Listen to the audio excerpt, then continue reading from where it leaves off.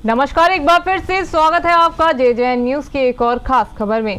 हल्द्वानी में आकृति सोसाइटी की ओर से बुलाई गई प्रेस कॉन्फ्रेंस में पत्रकारों के सामने ही हाई वोल्टेज ड्रामा हो गया।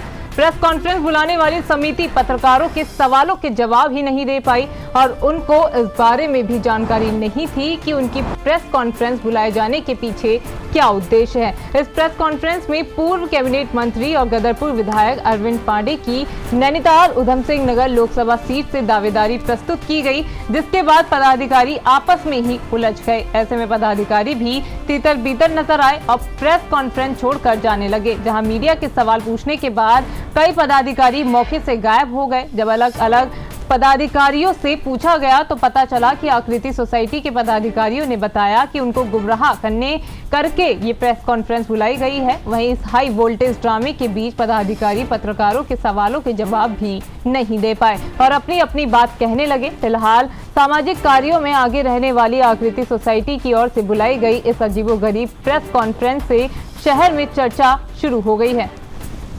बिल्कुल, मैं कट्टर मिसेस ममता बिष्ट आकृति सोसाइटी की वाइस प्रेसिडेंट हूँ। हमारी प्रेसिडेंट है कुसुम डिगारी, वो यहाँ पे नहीं आई है और मुझे बोल दिया गया था कि हम सब लोग यहाँ पर आ रहे हैं। और मेरे पास जो मैसेज आया हुआ है वो ये आया हुआ है कि सभी सम्मानित सदस्यों को सादर प्रणाम। ये हर्षवर्धन जी हमारे प्रचार मंत्री हैं जो आकृति सोसाइटी के, उन्होंने लिखा है। निवेदन इस प्रकार है कि कल दिनांक 21/10/2023 को प्रातः 11:30 पर आकृति सोसाइटी जस्ट फार्म हल्द्वानी द्वारा एक प्रेस कॉन्फ्रेंस की जा रही है और उस प्रेस कॉन्फ्रेंस का कोई लॉजिक नहीं लिखा था उसके पीछे, क्योंकि हम एक सोशल वर्कर हैं, हम कोई पॉलिटिकल मुद्दा नहीं उठाना चाहते हैं। और मैं हूं कट्टर कांग्रेसी। मेरे फादर 15 इयर्स ब्लॉक प्रमुख रहे हैं द्वाराहाट के।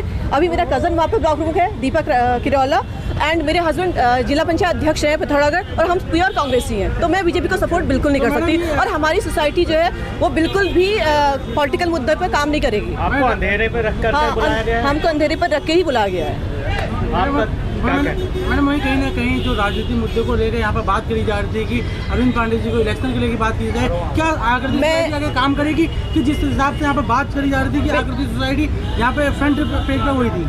आकृति सोसाइटी बिल्कुल बीजेपी के लिए काम नहीं करेगी। हम एक सोशल वर्कर हैं और सोशल वर्क की तरह ही काम करेंगे। फॉर फ्यूचर भी उन्हीं के लिए काम करेंगे। हम सीनियर सिटीजन के लिए वर्क करते हैं, बच्चों के लिए काम करते हैं, गरीब बच्चों के लिए, उन्हीं के लिए काम करेंगे। तो बहकावा किसने करा मैडम की प्रेस कॉन्फ्रेंस करी उसके? ये तो मेरे अध्यक्ष जी का मैसेज आया, मैंने दिखा दिया अभी। तो तभी हम यहाँ पे आए। अदर बुलाई किसने? हमारे अध्यक्ष ने बुलाई है, कुसुम डिगारी ने, तो इसीलिए हम आए हैं। Thank you so much. प्रधानमंत्री के रूप में कार्य करता हूँ।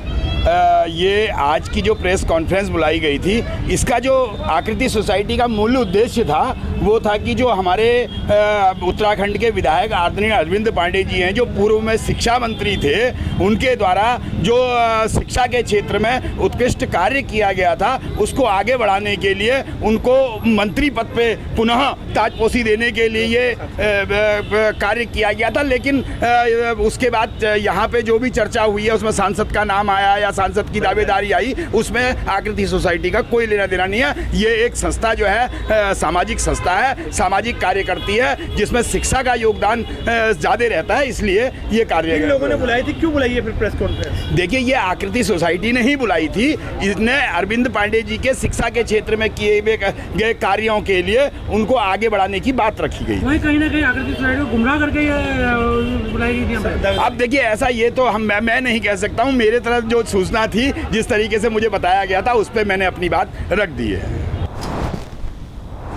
तो ये थी हल्द्वानी से हमारे संवाददाता दीपक अधिकारी की खास खबर। अभी के लिए सिर्फ इतना ही। बाकी की तमाम खबरों के लिए आप बने रहिए JJN न्यूज के साथ। नमस्कार।